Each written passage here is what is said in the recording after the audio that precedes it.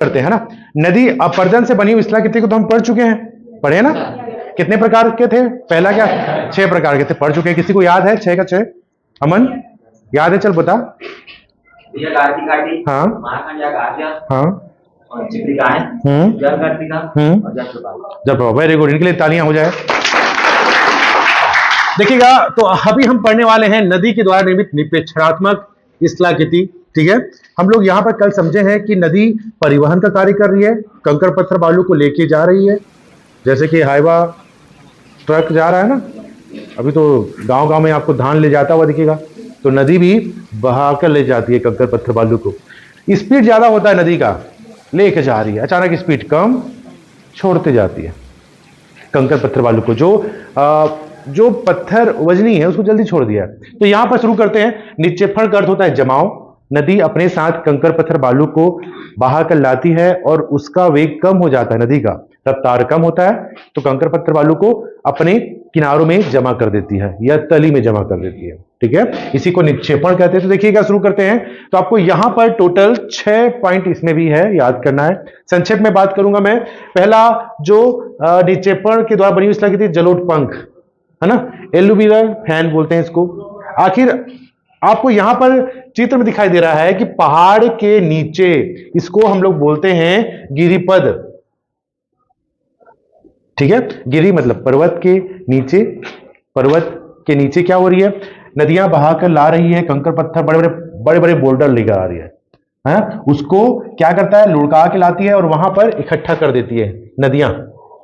ठीक है, आप लोग फिल्म देखे होंगे बहुत सारे जिसमें नदियां व्यवस्थित नहीं होता। यहाँ जलोढ़ पंख में डेल्टा हम लोग पढ़ेंगे, यहाँ पर जो मिट्टी है, कंकड़ पत्थर व्यवस्थित होता है, अपने क्षेत्र में होता है, मगर यहाँ पर पूरा बिखरा होता है। आप जब वहां खड़े होगे तो देखोगे पत्थर पत्थर दिखेगा, पत्थरों के अंदर से नदी बहती हुई दिखाई देगी। तो आपको जलोढ़ पंख कहां बनता है? नदी पर्वतीय क्षेत्र के नीचे नदियां अपने साथ पर्वत से लाए गए चट्टानों को इकट्ठा कर देती है, बिखेर देती है। इसी क्षेत्र को हम लोग बोलते हैं गिरिपद। कुछ बिखेर देती है तो हमको ऐसा दिखाई देता है, वह किसी पंख के भांति दिखाई देता है। इसी को हम लोग बोलते हैं जलोढ़ पंख। जलोढ़ का अर्थ होता है अंग्रेजी में एलुवियल। जलोढ़ मतलब जल के द्वारा लुढ़का कर लाई गई मिट्टी, पत्थर, चट्टान जलोढ़ कहलाती है। इसका अच्छा उदाहरण नैनीताल में काठ गोदाम में गोला नदी पर बना हुआ जलोढ़ पंख है। आप ड्रोन कैमरा से जब करोगे तो आपको ऊपर से आप देखोगे तो पूरा पथरीला क्षेत्र दिखेगा, ऐसा लगेगा पंख के समान बिखरा हुआ है। ये कहां दिखेगा? पर्वत के नीचे, पर्वत के ऊपर नहीं। तो गिरिपद क्षेत्र में पाया जाता है। तो आपको देखिएगा हिमालय पर्वतीय क्षेत्र में, उत्तराखंड, उत्तर प्रदेश, बिहार में हमको यह दिखाई देता है। ठीक है, तो जलोढ़ पंख। तो यहां पर किसी प्रकार आपको 3 लाइन में लिखना है, चित्र बनाना है। तो जलोढ़ पंख। तो यहां पर मिट्टी के प्रकार में आ जाएगा एक भाबर। ठीक है, हम लोग प्रकार को पढ़े हैं, भाबर, बांगर, खादर, 3 प्रकार के मिट्टियां हैं। तो पर्वतीय क्षेत्र में नदियां बड़े बड़े पत्थरों को लाती है, बिखेर देती है, उसी को हम लोग बोलते हैं भाबर। ठीक है, तो यहां पर जलोढ़ पंख समझ में आया? हाँ, आया समझ में? तो हाँ, एक बार और बता दें। ठीक है, अब यहां पर आप लिखोगे कैसे 3 लाइन में? नदियों के द्वारा पर्वतीय क्षेत्र के नीचे तलहटी में, गिरिपद में, पर्वतों के द्वारा लुढ़का कर लाई गई बड़े बड़े पत्थरों को इकट्ठा कर देती है। कहां? पर्वत के नीचे, और उसके अंदर से नदियां बह रही है। क्योंकि नदियां ऊपर से लाई तो बड़े बड़े मात्रा में पत्थर को लेकर आई, मगर नीचे ढाल नहीं है तो पत्थर को आगे ले जा नहीं पाएगी, वहीं पर रख दी पत्थरों को, बड़े बड़े पत्थर को। तो ये जो बड़े बड़े पत्थर बिखर जाते हैं अनियंत्रित रूप से बहुत दूर दूर तक, ये और यही कहलाता है जलोढ़ पंख। ऐसा लगता है, मैंने बोला जल के द्वारा लुढ़काई गई मिट्टी को जलोढ़ बोला गया है, लुढ़का के लाई गई, तो ये जलोढ़ पंख कहलाता है। इसका अच्छा उदाहरण नैनीताल के नजदीक काठ गोदाम में गोला नदी पर बना हुआ जलोढ़ पंख है। ठीक है, यहां पर समझ में आया? समझ लीजिए, एक दीवार जो है पर्वत है, यहां से नदी नीचे से तेजी से उतर रही है, उसको जाना है उधर, आ रही है, आप लोग बड़े बड़े पत्थर हो, आप लोग वहीं पर इकट्ठा हो गए, क्योंकि नदी का वेग नहीं है, आयतन नहीं है, रफ्तार नहीं है, ढाल नहीं है, तो आप सब लोग क्या है, मतलब बड़े बड़े पत्थरों को इकट्ठा कर दिया और आगे क्यों नदी बह रही है, इसके बीच से बह रही है, इसके बीच से बह रही है। तो हम लोग को दिखाई देगा कि आप लोग पत्थर के समान दिखाई दे रहे हैं, तो पत्थर है क्षेत्र, पूरा क्षेत्र में पूरा पथरीला क्षेत्र दिखाई दे रहा है, तो ये कहलाता है जलोत्पंख। क्लियर? तटबंध या कगार। नदी की रफ्तार कम है। एक बार मैं देख रहा था समुद्र में नाव, हम लोग देख रहे हैं बहुत सारे, हम लोग पढ़ेंगे भयंकर 50, चिकती 60, अश्व अक्षांश क्यों कहते हैं, हम लोग पढ़ेंगे। धीमा है तो नदी क्या करेगा, अपने साथ लाया गया मिट्टी को इस किनारा और इस किनारे में जमा कर देता है, मतलब खुद अपना बाउंड्री बनाता है। तो इसके लिए क्या होना चाहिए, वेग कम होना चाहिए, वेग नदी का रफ्तार कम, जिसको हम लोग बोले नदी का वेग कम होना चाहिए। नदी में क्या होनी चाहिए, गाद, रेत, बजरी, है ना, ये होना चाहिए। ये क्या करता है, नदी अपने किनारों में, है ना, समझ लीजिए नदी है अपने किनारों में क्या कर रहा है, यह क्या बना रहा है, प्राकृतिक रूप से तटबंध बना रहा है, बाउंड्री बना रहा है। तो समझ लीजिए ये नदी बह रही है, यहां पर एक किनारा दोनों जगह क्या कर दिया है, अपने रेत कंकर पत्थर से तटबंध बना दिया। तो वही हमको दिखाई देता है क्या, प्राकृतिक तटबंध। अब तेजी से पानी आया, बारिश का पानी तेजी से आया, नदी में बाढ़ आ गया। अब ये क्या करेगा, नदी इन तटबंधों को, अपने किनारों को तोड़ के, समझ लीजिए गर्मी में ऐसी बह रही है इसी जगह में, अब बरसात में क्या होगा, नदी में रफ्तार तेज है, वो क्या करेगा, बाढ़ आ गया नदी में, इसी बाउंड्री को तोड़ के उधर बहेगा। तो जहां जहां बहेगा, समझ लीजिए यहां बहा, वहां बहा, सब जगह चारों तरफ बह जाता है और अपने गाद, कीचड़ और रेत को चारों तरफ बिखेर देता है। तो उसको हम लोग बोलते हैं बाढ़ का मैदान। ठीक है, ये जो है देखिए बिखेर दिया, बाढ़ का मैदान हो गया, नदी यह है, नदी बह रही है। ठीक है, फिर बाढ़ कब हुआ, नदी अपने मध्य में बहती रहेगी, मगर हम चारों तरफ देखेंगे पूरा कीचड़ है, दलदल है, गाद है, रेत है, बजरी है। तो इसी को हम लोग बोलते हैं बाढ़ का मैदान, फ्लूड प्लेन्स। ठीक है, ये समझ में आया। अचानक तेज गति से पानी बाढ़ आता है तो उसको तोड़ के चारों तरफ फैल जाता है, और जहां जहां फैला होता है उसको हम लोग बोलते हैं बाढ़ का मैदान।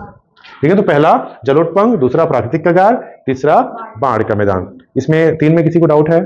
मैं ज्यादा गहराई तक नहीं जा रहा हूं, बस हल्का हल्का बता रहा हूं, गहराई में जाऊंगा तो और दिक्कत जाएगी, उसमें सेकंड क्लास में अच्छे से बता दूंगा। और तो यहां पर शब्दावली का प्रयोग है, गिरिपद मतलब क्या, भाबर मतलब क्या, ये समझना है आप लोगों को। ठीक है, प्राकृतिक अवरोधक, उसी को तटबंध बोल दिया गया। तो इस प्रकार से 3 हुआ है। इसमें किसी को डाउट है तो बताइए, फिर आगे बढ़े।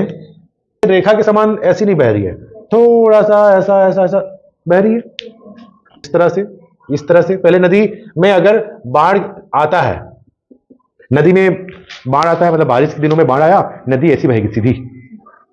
मगर जैसे ही नदी में आयतन कम है, मात्रा कम है, तो ऐसा बहना शुरू कर देता है। तो यहां पर जो आपको दिखाई दे रहा है डॉट डॉट डॉट, यहां पर रेत कंकर बालू को इकट्ठा कर रहा है, इधर बह रहा है।